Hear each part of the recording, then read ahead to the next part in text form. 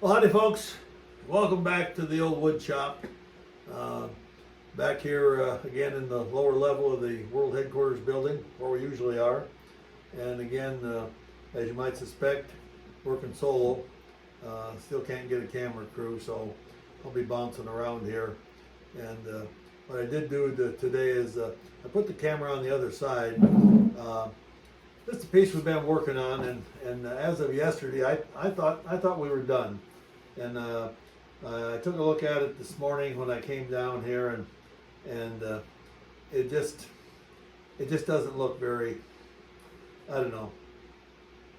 Looks like it might be a pot for beans. Maybe that'd be all right. I kind of was thinking that it ought to have something different. What I'm looking for is a smaller base and perhaps a coved area in here. So I talked to a young lady here a week or so ago. I call her a young lady. She just turned 62 last Friday, but she's an artist, and she told me there's two kinds of artists. There's the additive art and there's the subtractive art. And she considered herself additive because things she does like sculpturing and jewelry making and such as she's always adding something to the project to hopefully improve it. This kind of stuff that I do, which I don't really consider art, is kind of a wood carver, and actually using the power of the lathe to actually do it. So it would be considered subtractive. So if you want to make a change in your project, you're going to subtract something. So I have found that over time, what usually works is to when you're doing a project, stop before you get completely done. Look at it in a day or two, and you probably will see something a little different. And that kind of happened with this thing. I thought I had it done, and I looked at it, and I thought, I don't think this thing's going to sell. I think we're just going to end up with this and probably end up gifting it to the Goodwill. So we still have a tenon on the bottom, so all we do is we have a coat of finish on it, but that's no big deal. So we're going to put her back in the lathe, and hopefully what I'm going to try and do is starting at the lowest point, which would be here, and we'll start there, and we'll start working this down, and we'll make the base smaller, so then that way we'll have to hopefully in a graceful cove come up here and connect the two ends so that this will be just perhaps a little more graceful. So I'm gonna come around here.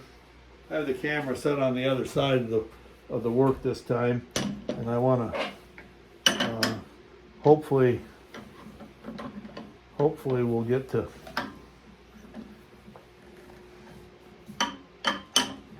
if we had a camera crew, we could have people shooting over my shoulder and around one of my ears or something, and perhaps get a little more shots. But here we are, and we're gonna want to start here at the low point, which would be here, and we're gonna want to take some material out of here. So let's see what we can do for speed. Actually, I think we're gonna. Yeah, I think that'll be all right. I don't have a good way to let's see here. We could use something like this, and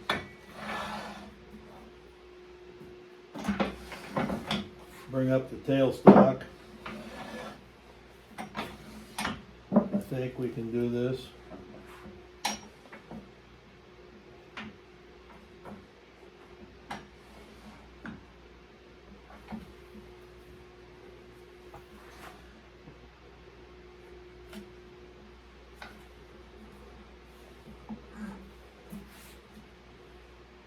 That'll just give us a little added safety because we're going to be working on this part here, and we want to kind of keep it from flying off there if we can. So that's 750. We're going to want to turn faster than that. That's 2,000. That's about 2,400. Sorry about reaching in front of the camera to get to the controls, but there again, when you're working solo, you have to concentrate on how economically efficient it is to have pay only one salary compared to having to pay a salary for camera people and stuff to move around, stuff like that. So I'm going to get zipped up here and get my head covering on, and I'm going to need a face shield. We'll be using a 1/2-inch bowl gouge, and just sharpened them, so things ought to go pretty good, I'm thinking.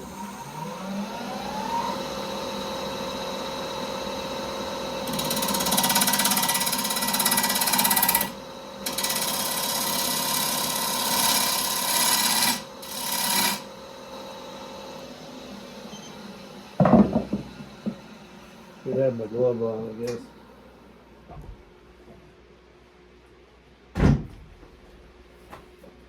Well, we're just about as high as we should be going, so that's good.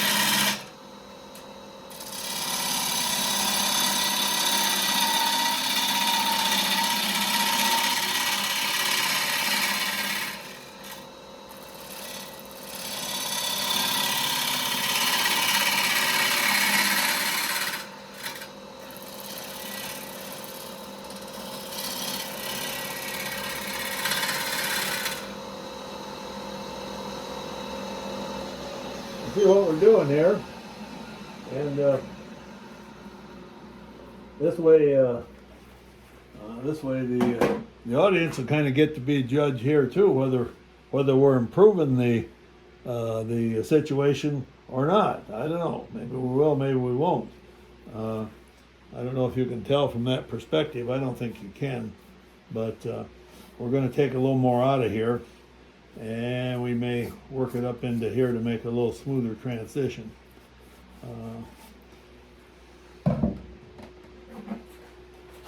I guess this is what you call subtractive art. The other advantage here is it's going to make the bowl a little bit lighter.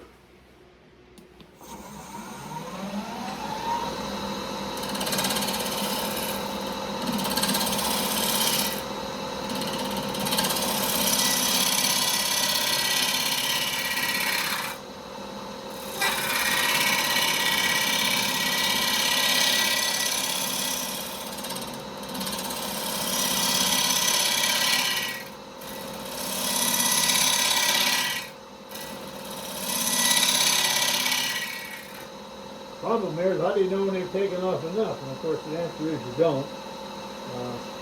Still feels good, so I think we'll take off some more.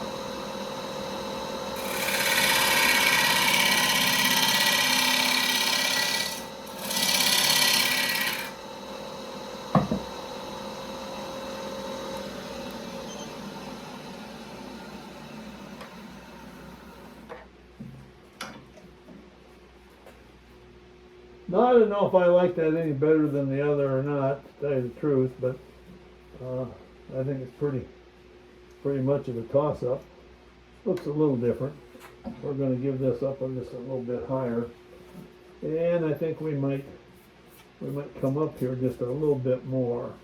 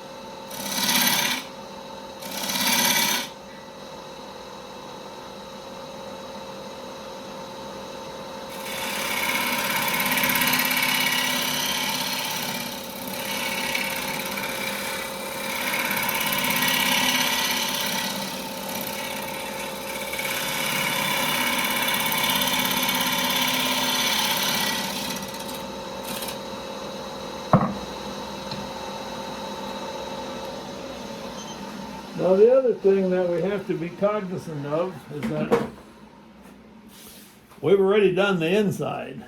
So the more we take off out here, the thinner this wall gets, and we got to be careful that we don't get it too thin. I'm not feeling here. Maybe I should get the calipers out. Let's see if I can figure out anything here. It looks like we still got an inch of material in there, so we got a lot of material.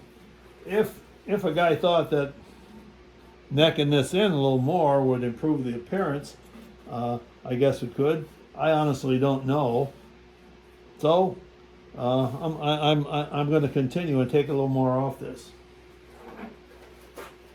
I guess this is what they call creativity.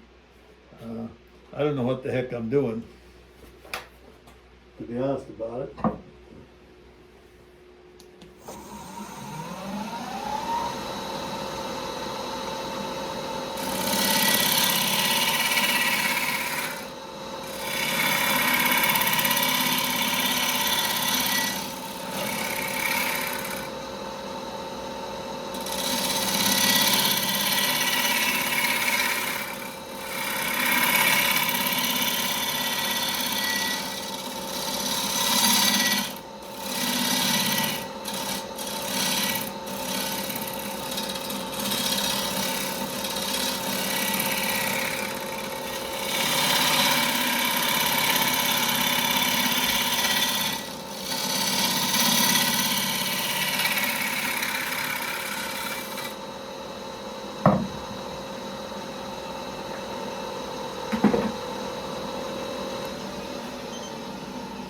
Okay, well,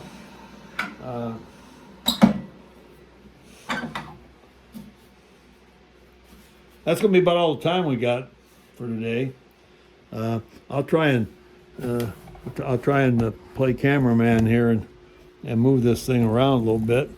And here's kind of the new profile. I think I like it better. I'm not sure that it's enough taken off of there, but to me it does improve the improves the profile. And you know, when it comes down to it, folks, the guy that's doing it is the guy that needs to be satisfied, and in this case that's me. So thanks a lot for watching. Have a good day.